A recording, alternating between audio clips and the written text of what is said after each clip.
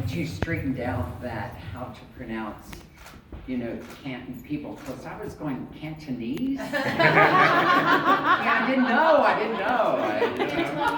So now I got it. So, here we are at the library learning things. Who knew? What a great idea. What an honor is for me to be here.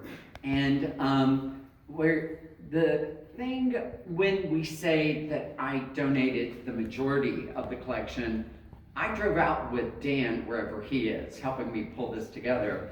And now the First Lady's Library has my entire collection. So I just finished bringing out the remainder of it and literally dropping it here on the floor.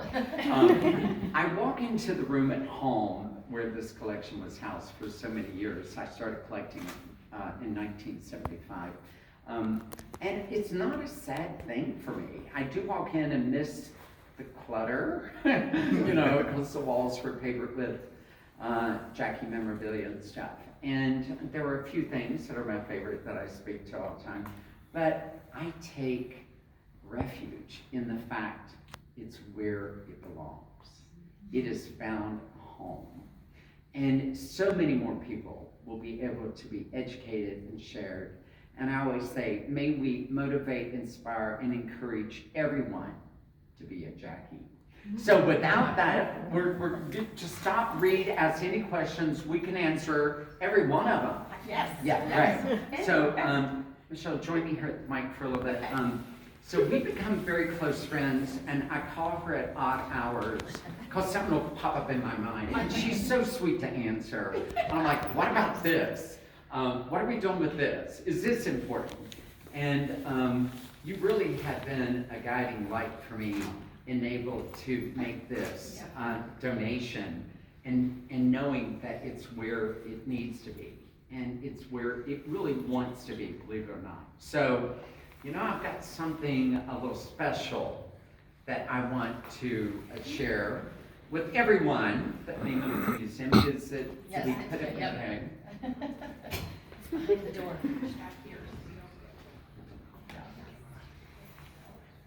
So I'm going to have you speak to this as I bring it up.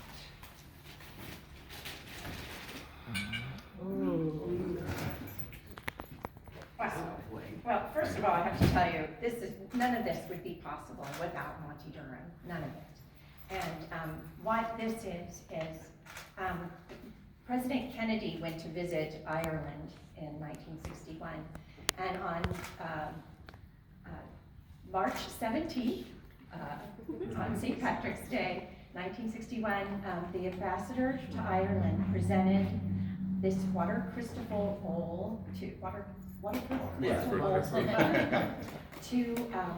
President Kennedy. It was filled with shamrocks, and he loved it so much he kept it in the Oval Office on on one of the coffee tables. Right. It was always there in the Oval Office with him, and so Monte has one, and he wanted to give it to us. Yeah.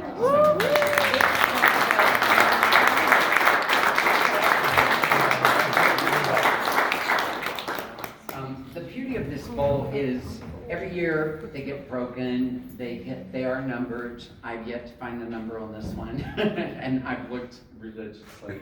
So if you look at the old photos, which with the president in the Oval Office, it was on the coffee table for a time, and then it kind of disappeared. It was not in the auction book. So I don't know if it maybe didn't survive some of the moves they had, but it is so fascinating. It's cut by the master craft cutters at Waterford. They only made in production, I think, 100 of them, and one was presented to the president. But anyway, I just feel like this is where it needs to go. I have prized this thing, and you can imagine taking care of crystal. It's not one of my fortes. I don't collect them. They're just too fragile for me. One chip and it's ruined. So I have coveted this for 28 years, and it's had its own little spot where nobody could get to it, mainly children. So anyway.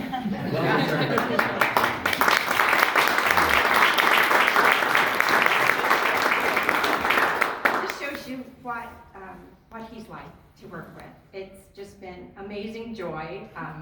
I just can't thank him enough. I'm going to cry. And I want to thank also Patty for jumping in. My gosh, that was amazing, Patty, what you've done. I was thinking I'm going to have to quit because I can't, I'm not going to be able to, we're going to make a laughing scene of Monty here. Right? Right. She just came in and helped us so much. And Allison Kaplan, my partner in crime, I can't thank you enough, Allison. And Hilda Jumps, where are you? She's probably hired. But anyway, she's amazing. Right. She just has been wonderful too. Small but mighty group of women here.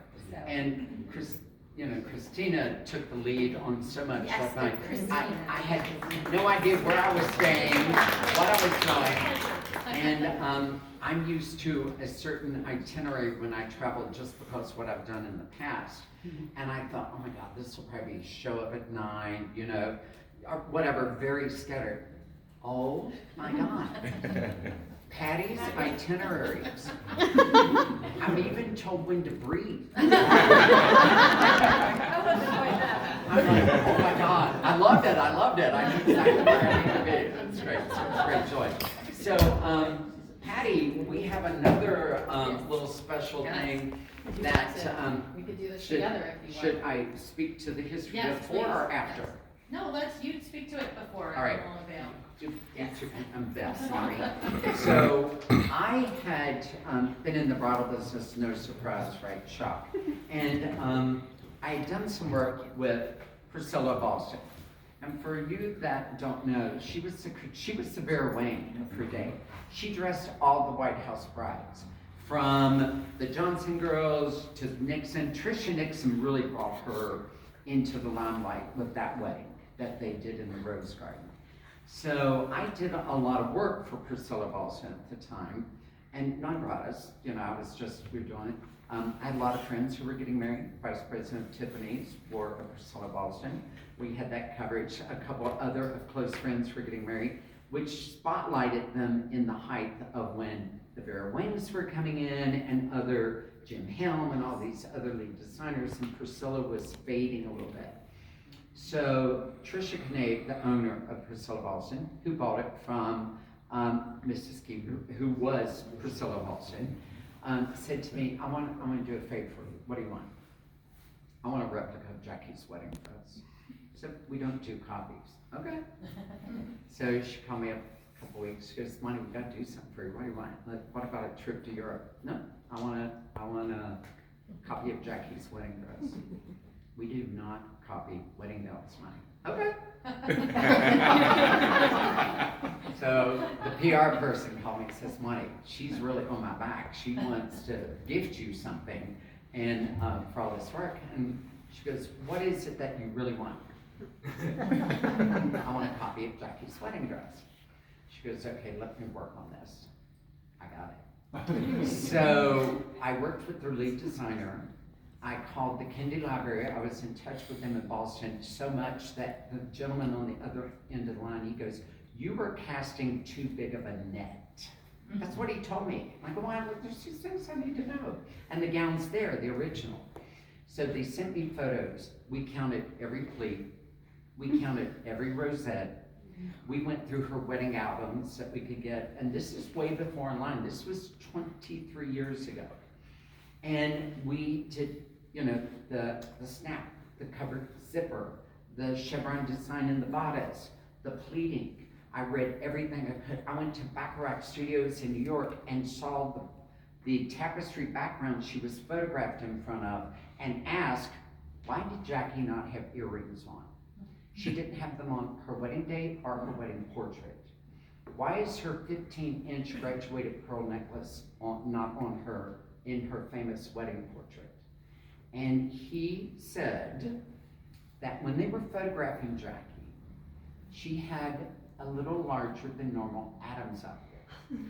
So they decided to take off the pearls because it accentuated it when you're in a portrait, and they shadowed down her Adam's apple. Her head was tilted that way because her eyes are so far spread apart, they could tilt her, let the light hit her, and still get a good visual on her. Brides afterwards came in to do it, but eyes aren't so far apart, you can't do it. So they were telling me all this. Did I find out why she does not have earrings? Nobody could tell. I knew all the jewelry. She wore two leaf brooches Joe Kennedy gave her for a wedding present, and then Senator Kennedy gave her a diamond bracelet, and she wore that. Her wedding band was a man's wedding band that they did not able to get engraved before the wedding because they were in a rush. He forgot to get her a wedding band.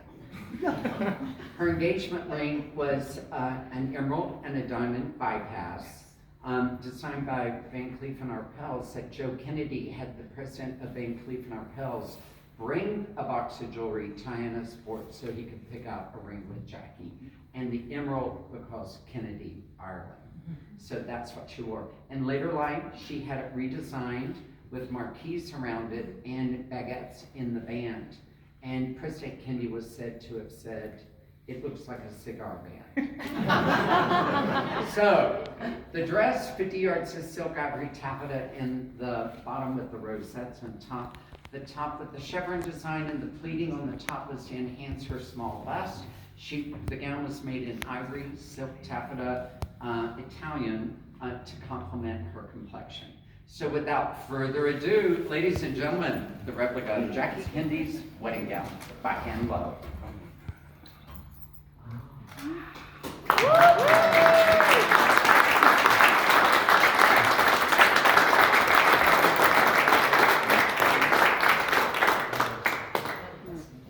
Monty, tell them where the original is. So the original is in the Kennedy Library, and they do bring it out on time to time. They've had an issue with preservation. They found it in one of her storage units, and it was balled up in a Lord & Taylor box.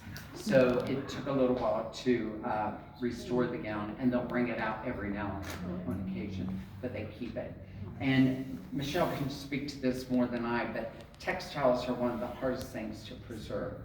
So they're climate controlled, you can't have them hanging, they have to lay flat.